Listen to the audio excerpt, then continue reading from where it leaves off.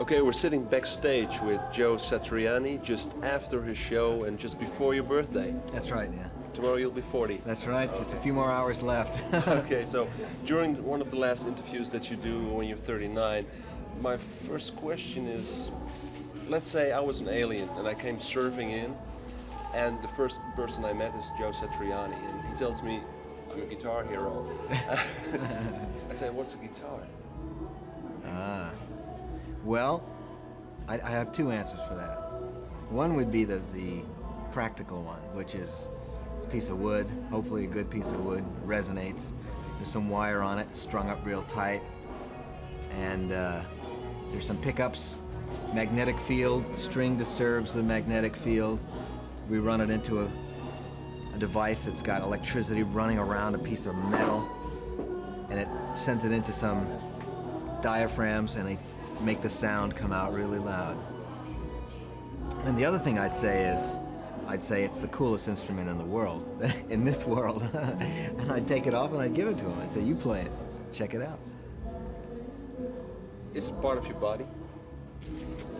When I'm playing it, it is, yeah. Once it's done, it's like, it's done.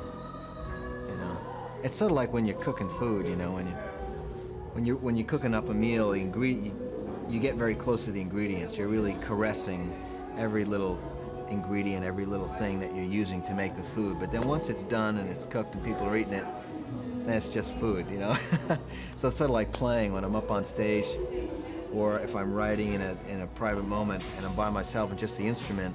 It feels like there's no separation between the instrument, the music, the inspiration. But once it's finished, then it's just a guitar, Is that adaptation immediate? You pick it up and it's like you embrace it? Or? No, God, I wish it was. Then I'd be the greatest, Unfortunately, it's not. And some nights, it's never. You never get there. And you walk off stage and you look at the guys in the band and you go, sorry, it just wasn't working tonight, But most of the time, if you practice, and you keep in touch with your true inspiration, not your make-believe inspiration, not your entertainment industry side, but your true inspiration, you only play what you want to play. I think then you have more of an open door there to always reach that instrument and be one with it. If you say that sometimes it works, sometimes it doesn't, is a guitar something that you have to conquer? Or do you have to make friends from the start? Well, some guitars, like a Telecaster, a Fender Telecaster, is a beautiful instrument, but it's the king.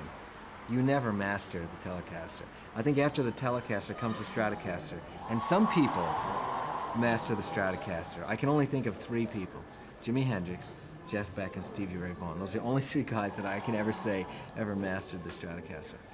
Then after that, there's all these other guitars, which have been made in a different era that are much easier to play, and they're a bit more user-friendly. But I own a 58 Fender Esquire, and I love playing it. It's on a lot of my records, but it kicks my ass. How? You go to do something and it says, you're not good enough to do that yet. That's what it does.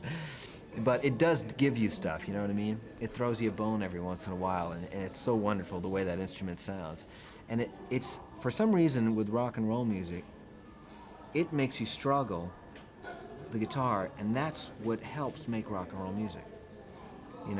I'd be lying if I said that rock and roll music is supposed to be played with perfection or with a high degree of technique. Not really.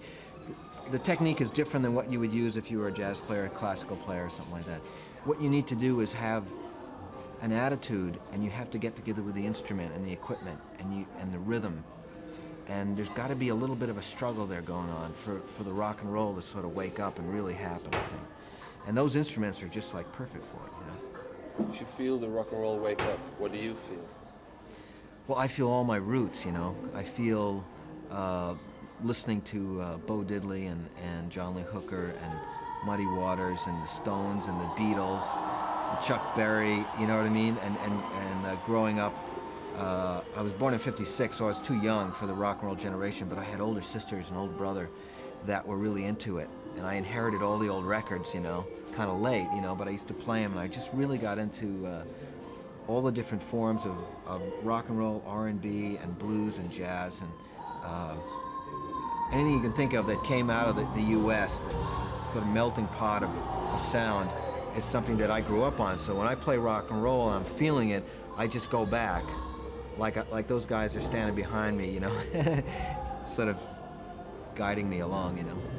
So your guitar as a teacher and a friend and your roots, those are your, let's say, your inspiration sources when you go out on the stage. Well, I think the main inspiration is are the stories, the things I've thought about that help me create the music. Because at least in my show, it's all original material, and so the music is something that's come from people I've met, experiences I've had, dreams I've had, things like that, wishes, desperation, all sorts of things, you know. And I guess I go up there and I have to get into that feeling song by song, you know, to get the proper inspiration. But then the roots, those guys help me do that, you know what I mean? Because I studied what they played, and I learned how to play by listening to other great players. I'm kind of like I try to be a sum total of all the best players I've ever heard, you know what I mean? That's kind of like what it is. Your name is immediately linked with the word virtuoso. But what struck me when I was in the hall is that obviously your virtuoso image is something that is more than correct. But the thing is, I found a big romantic feeling, even in the fast things. Are you a romantic guy? Yes, absolutely, yeah. I'm completely ruled by the heart, I think, and the spirit side. I think so, you know. I mean, some people may think otherwise, depending on the situation that they meet me, but that's usually just sort of like, you know, my operating procedure just to kind of get through the world. But in fact, I'm kind of a roller coaster of emotions and feelings, and at home, you know, it's always been, I have a romantic view of life, you know. I've always been that way, and I guess that comes out of my music. I believe in love, I believe in God, I believe in people, and you know, I do my best to crank those things up every day, you know. Okay, the alien goes back home. Yeah. What should be the first line that he gives to his other alien friends? He said, I met Joe Satriani, and he is... And he is? Oh. And he is... He's a pretty okay guy, I guess. That's about it. I wouldn't want to get known in an alien world, then I wouldn't be able to go there anonymously, you know. The anonymity is very important. I'll make sure that message Plus, goes they may not like my guitar playing, then I'd really be screwed, right? Yeah. They'd be after me from all over the galaxy, you know. Yeah, I think you'll have to search a long way for a planet where they don't like your guitar playing. Well, thanks. I hope so. Thank you. Thank you. Cool. Is that it? Got that?